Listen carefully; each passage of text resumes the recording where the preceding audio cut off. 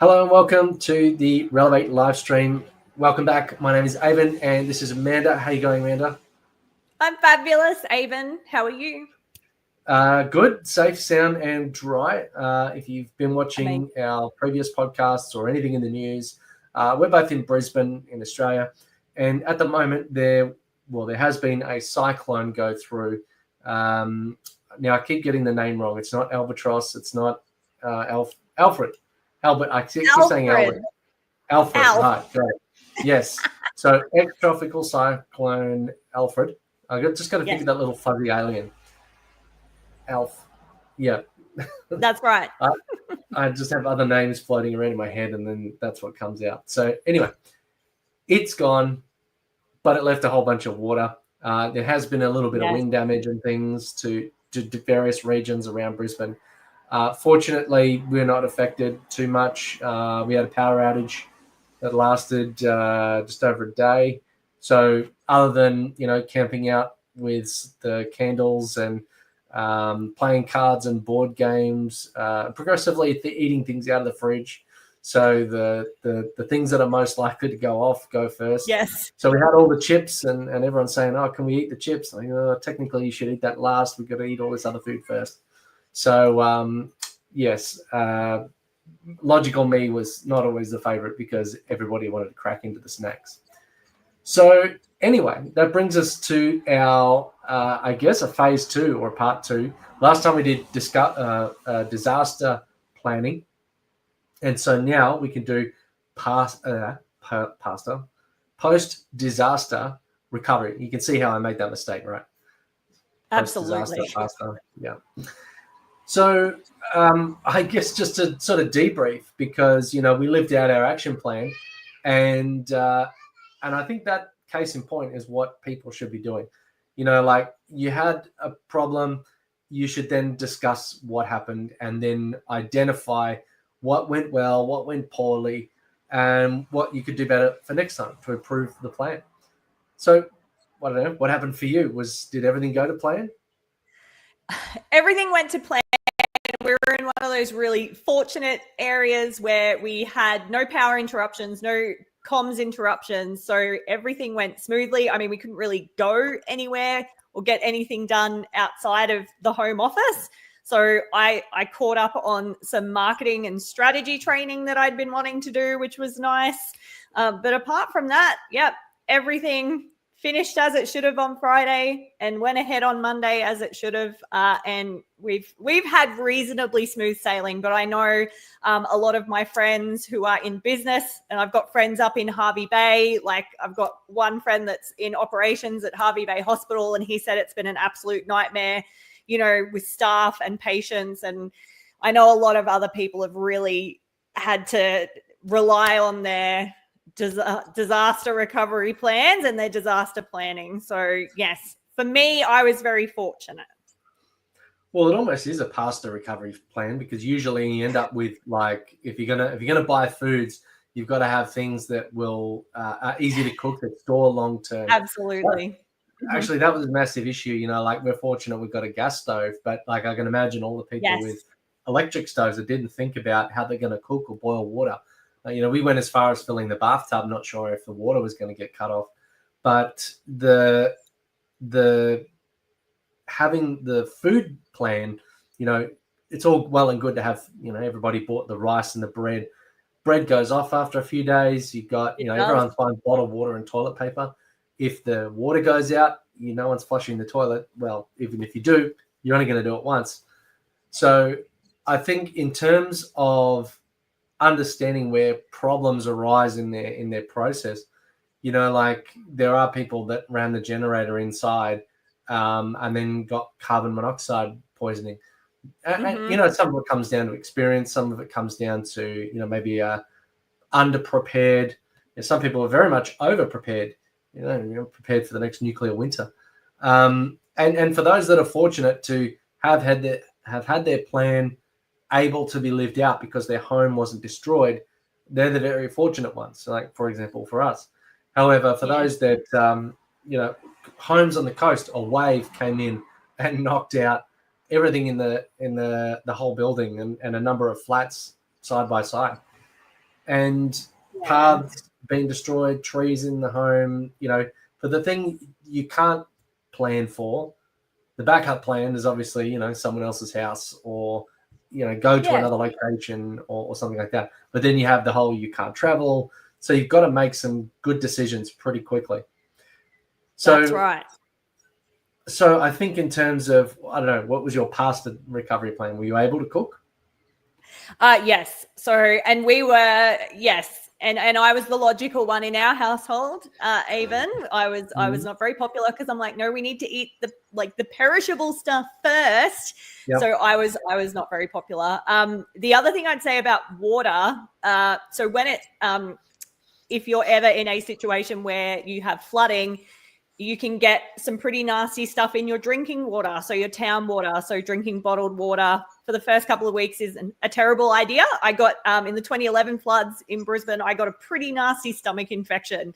Would not recommend. And that was from the town water. Fecal matter in the water, team, not good. Do not recommend. So maybe drink some bottled water or boil your water is another hot tip as part of your pasta recovery plan. I like that. Yes. So the Freudian slip wins out. So absolutely. I do love a good pasta. Actually, we made specifically, I made in the lead up to, because I anticipated, right, well, we're getting close. Every meal I make, I'm going to make the meat separate. And so the meat goes into another container. And if I have pasta with the sauce, then there's no cheese, there's no meat, there's no high risk elements. It could go a few days not in the fridge and it wouldn't kill you. So anyway. Amazing. Love that. But how, I guess, it relates to the business action plan. And, a lot of times people go, oh, we're going to close the doors. We're going to go, we're going to unplug everything or something like that. Was it Mike Tyson was famous for a lot of things, but one of which was saying everyone has a plan until they get punched in the mouth. And, a tree falling through your front door is a bit of a punch in the mouth. And I think for a lot of businesses, in the modern era, you don't really need to have that much of a problem in the sense that you are very localized if you have a small shop or, all your stock is there or something like that, or you run a cafe and you are very determined on, or you're very dependent on people having to come into your business.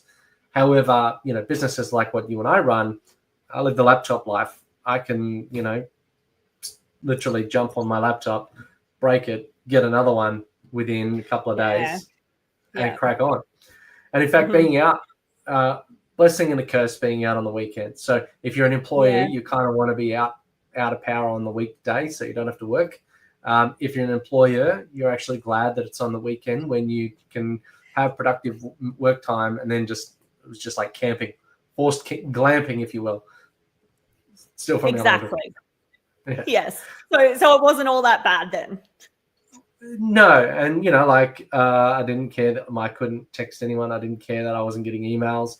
I know that the team is running with things and different people in different parts of the world or different parts of Australia and still carrying on operations like nothing happened. I was literally one of the only people in our team that was affected. Yep. Same. So and like you say, it happened on the weekend. That's when the majority of the madness happened. So we barely missed a beat. So very fortunate from that aspect. That said, pasta recovery, Avon. What do we do now? Pasta recovery. All right. So post-disaster recovery.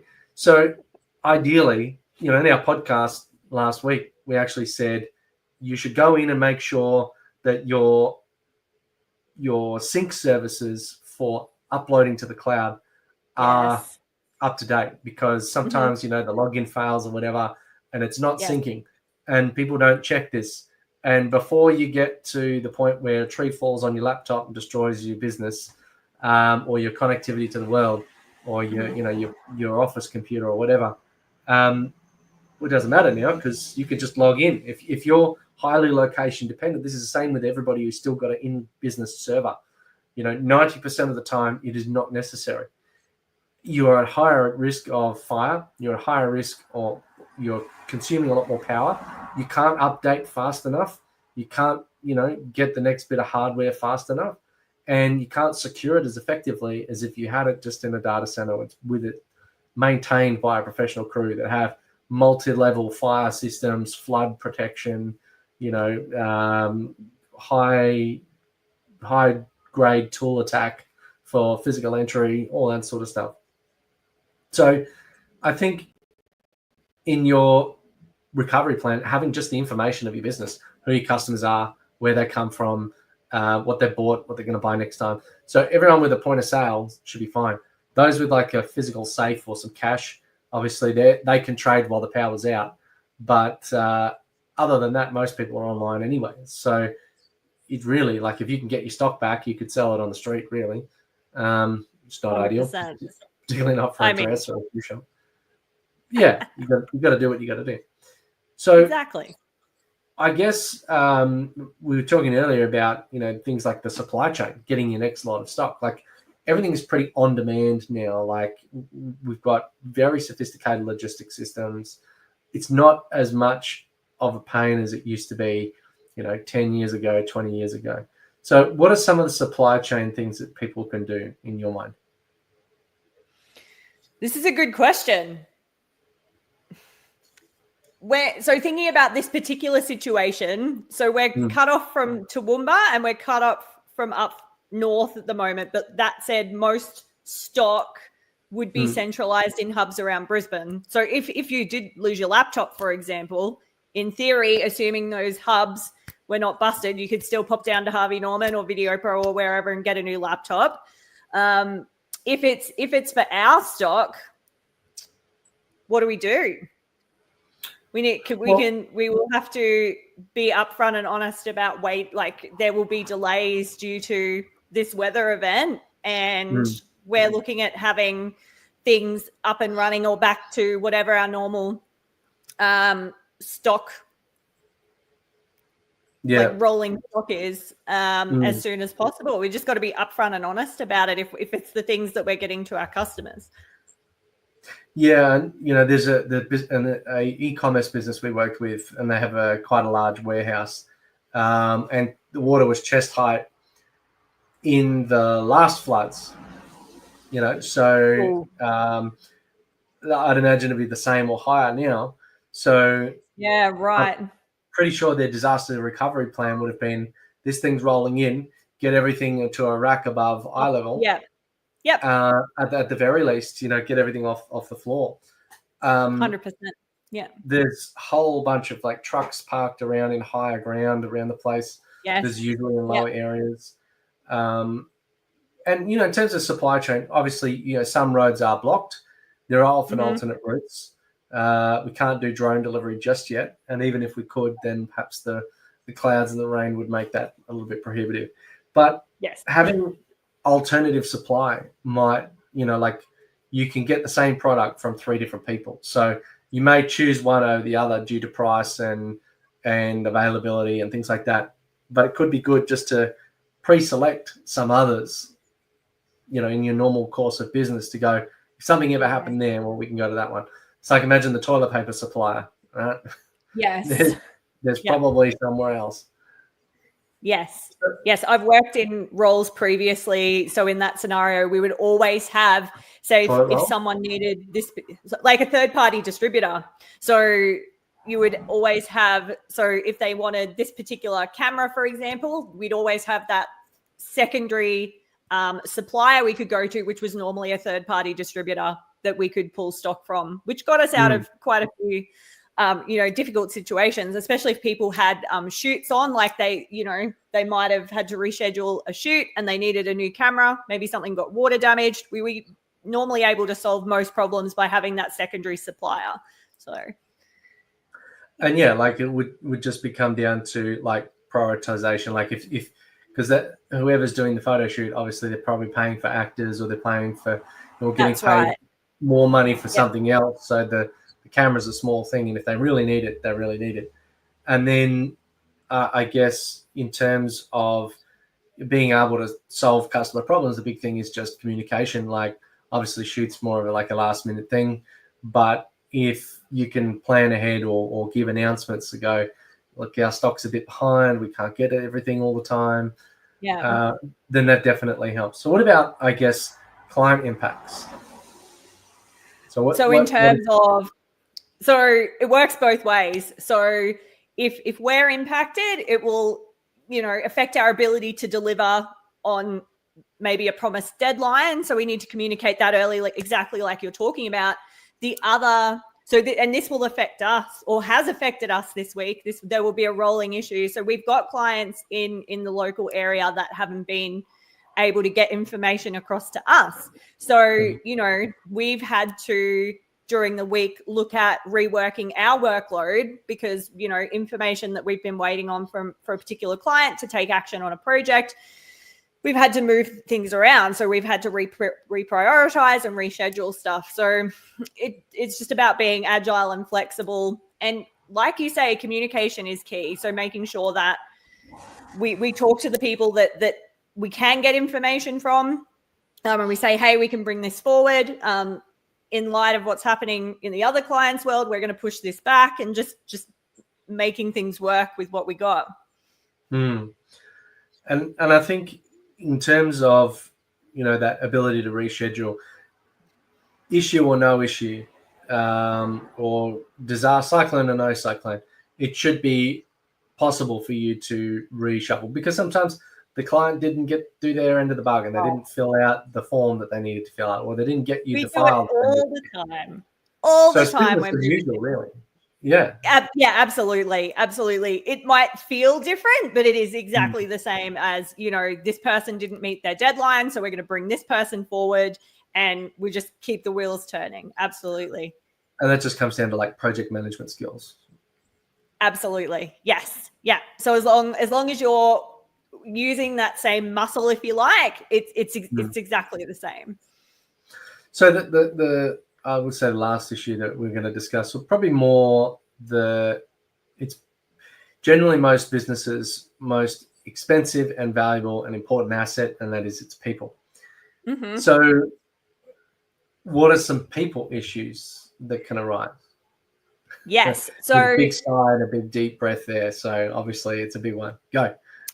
So look, I have worked in the sales and retail environment when things like this have occurred before. And I've got friends and family that still work in that environment. And it's one of those things where we would always have people try and take advantage of the situation. So if there's any, flooding or any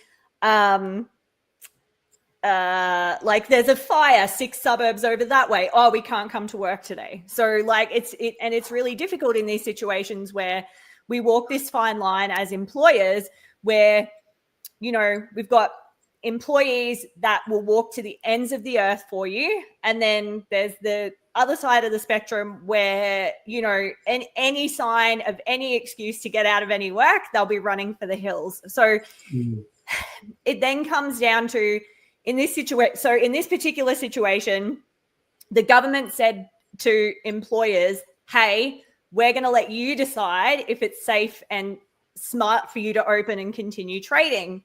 So it was put back on the employers. So then it comes down to, are we asking too much of our team members to make them try and make it work? Are we asking too little? Like if we just say, no, don't worry about it, just stay home. And it's this interesting I guess, tightrope that we have to navigate. And I've had some really interesting conversations with quite a few people over the last few days around that. Avon, keen to hear your take on it. Well, I think, you've really got to look at your individual staff in terms of, the character, who they are, their maturity, the demographic that they're from, and you need to take a balanced view and sort of assess it case by case. There are times when maybe someone really is having a hard time. And, for the last however many years, people have been a hard resource to come by and retain. And so, the employers feel like they've got to, wrap them in cotton wool, and it's really hard to get them to show up for work. And so much money is poured into automation, and, people would rather be influencers than, rock up to a job. Once upon a time, our generation and older, work was the like a major part of your life. You know, you wanted to achieve something, you wanted to climb the career ladder, you wanted to be known as someone who, you know, is productive, can do things. And that's what it took to sort of exist. But now, you know, millennials, they don't want to turn up to work if they don't feel like it. I heard a case on Instagram, or so, take it or leave it. But someone called in good. So instead of calling in sick, they said, hey, I'm feeling really good. Haven't felt this good in a while, so I'm going to take a day off. I'm going to go to the beach. I'm going to, like, you know, do something fun. I kind of get it, but at the same token, like, there's a, you know, you got to put food on the table, and, you know, the company has to run. If the company goes broke trying to, you know, make everything amazing for these employees, who's actually looking after the customer? And if the customer looks, then they can fire everybody. So it's just the way that the world is from an employment perspective. But, you know, like, employers can take advantage as well. So and I think that's the public perception, is that, you know, corporate greed and the employers trying to rip off the little guy. You know, like, I am driving no Ferrari yet, and I'm not, you know, trying to rip that from the hands of my employees at the expense of every bead of sweat coming from their body. So what I tried to, you know, you got to take a balanced approach. Whilst there might be some that try to squeeze more out of their employees than others, I think a lot of that is mostly due to poor communication, poor leadership, and not really taking a balanced approach. Like, if someone just goes, no, you got to work no matter what, you know, I think maybe look on the map and go, it's not in your area, or all of the roads seem to be okay. I can't, you know, just lay it out black and white. I can't give you the day off if you've got the capacity to come in. I have to call it as like this, you know, like, it's just the nature of the situation. It's not how I feel about it or how you feel about it and who's driving what agenda, you know, employee trying to get a day off, employer trying to get more money. The situation is the situation. So I think it would make sense to try and minimize the gray area as much as possible by just calling out the facts of the situation. Yeah, beautifully put, Avon. And, you know, a couple of these conversations that I've had, it's like, well, if you've got someone that is pushing back, lay down the facts. So explain to me why you can't come, or why you would prefer to work at home today. Like, explain to me and have a conversation. And very often you'll find if their facts aren't the facts, if you like, it'll come undone pretty quickly, and they'll realize, well, I actually just wanted to work at home because I felt like it, or whatever it might be. So the facts are the facts, and that's where you start. Well, because it erodes trust. Like, let's just say this employee that lied to you to get a day off, and I get it. Everyone's got their motivations. Everybody's just trying to advance themselves. And you can just say, well, you know, like, you had the capacity. I'll let it go this time, but I'm taking that as a personal credit score or like a social credit score that you lied to me. So I now can't trust you as much as I once could. How does that make you feel? Like, I'm not trying to be narcissistic or anything like that, other than just to say, you know, this employee-employer relationship is just not just a trade of time for money.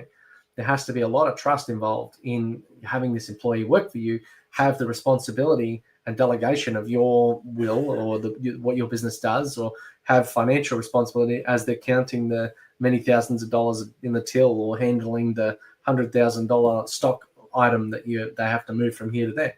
Exactly. Yes.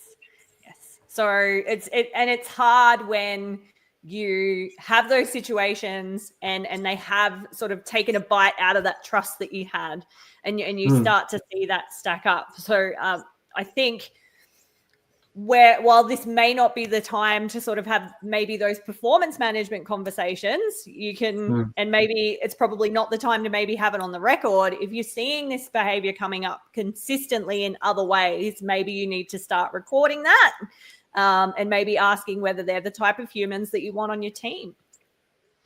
Yeah, I think, you know, like, sometimes it can be hard to be picky, but you should always try to have the best possible team.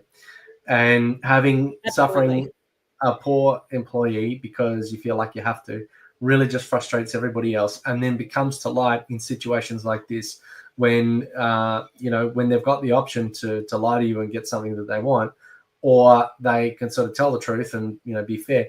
I'll be reasonable and fair. I will work hard for my employees when the time is right, as long as they are working hard for me. So I think it's that give and take, and does very much come down to leadership, and it does very much come down to pre-performance planning. So absolutely, I think we covered a lot of ground today, which is good. We did great. Good job. We shored up the banks. I wouldn't say we're high and dry. I don't know. We did a good partial recovery plan. It was delicious. And so to close this out, I think we a couple of little updates. We're on the cusp of rolling out some like phone and internet services. So more on that soon, but I have to wait until a little bit more of it develops. But we're almost ready to go. May or may not be using our own services right now.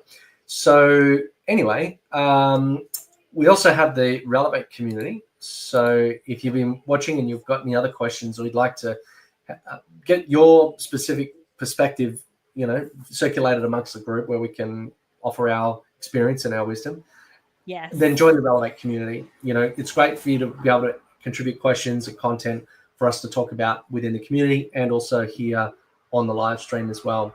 So check out the website. Do come along. We have a Zoom every Monday night, and a couple of face-to-face in different parts of the world, expanding quite rapidly at the moment. So anyway, that's a wrap. Thank you very much for coming, and you stay classy. Stay awesome. Catch you soon.